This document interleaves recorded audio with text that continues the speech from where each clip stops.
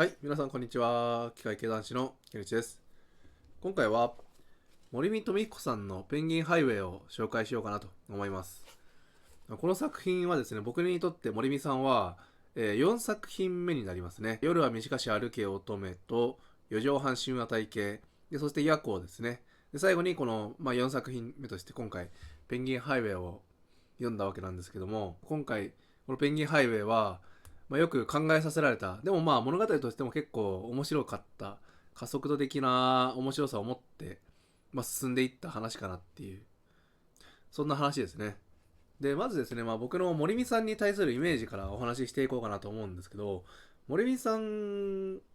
ね最初の印象、最初に読んだ「夜は短し歩け乙女」と「四畳半神話体系」、この2作品を読んで思ったのは、森美さんの作品すごい面白いと、ファンタジーです、めちゃめちゃ面白いと。でしかも物語がどんどん加速してっていく感じ、もう本当に徐々に加速していくっていう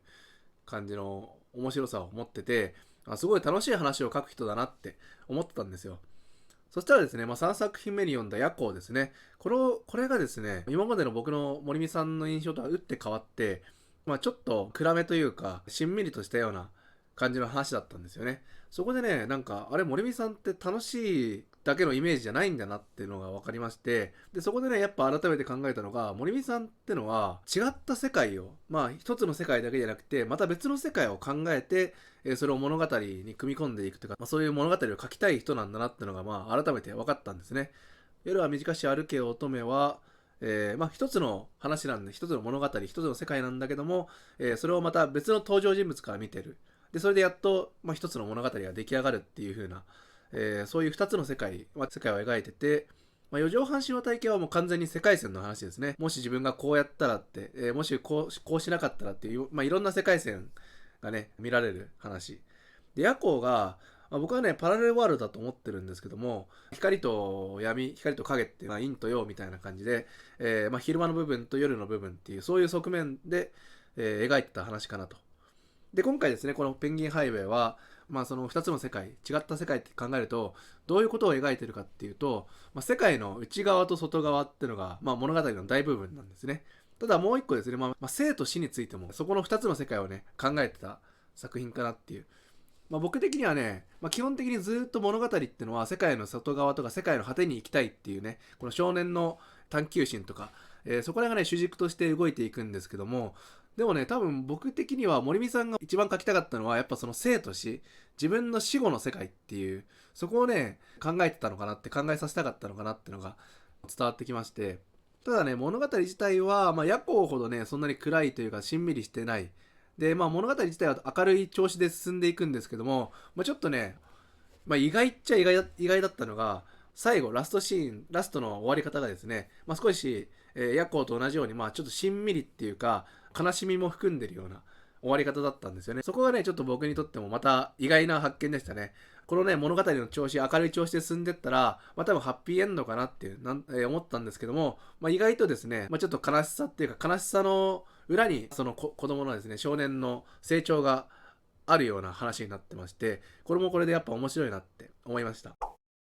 ペンギンハイウェイですね、こちらは映画化されてるんですよ。他にもですね、僕が知ってる限りでは、夜は短し歩け乙女も映画化されてるんですよね。で、四畳半神話体系はですね、アニメ化されてるんですよ。で、僕はね、四畳半神話体系のアニメはね、見たことないんですけども、夜は短し歩けよ乙女。これの映画はですね、結構その原作に忠実で、原作で起こったことと原作で起こった順番っ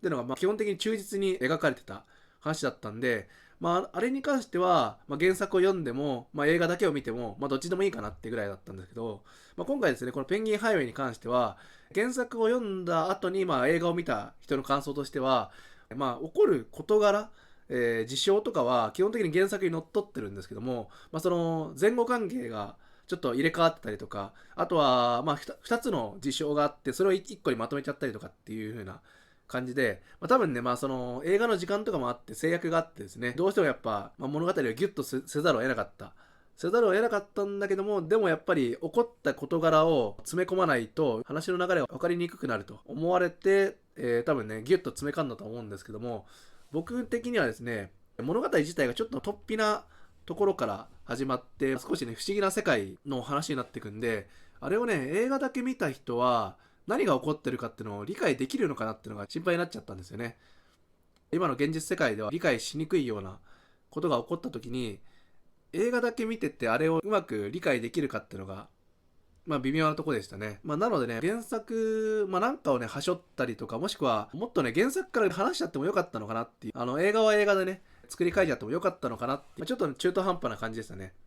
ただね、映像はね、すごい良かったんですよ。CG も使われてて、あれのね、アニメーション自体はすごい楽しめて、映像の観点で言うならば、新海誠さんとか細田守さんとかと遜色ないぐらいに、引き込まれるアニメーションというか絵だったなっていう、CG も使われてて、物語のね、その楽しい感じとか、勢いがある感じとかも映像に現れてて、これはね、これで結構良かったなっていう。あとはね、原作だけ読んでもちょっとね、イメージしづらいところ、ちょっと変わった世界を描いているので、イメージづらいところが、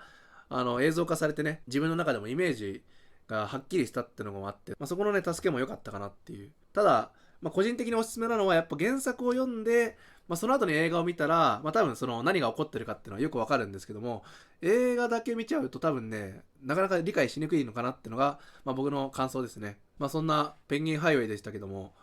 本当にね、この主人公の少年と、あとお姉さんですね、そこのね、二人の関係とか、あとはその周りの人々の、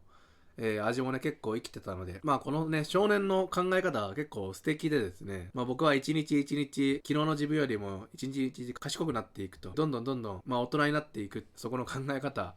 これはね、大人になってからでも見習いたいなっていうところ、あと10年経ったら、3600日経ったら自分はもう大人になってるとかっていう考え方、10年後の自分はもっと今の自分より想像できないほど偉くなってるっていう風な、そこら辺の考え方、少年なんだけども、小学4年生の少年なんだけども、少年らしくない。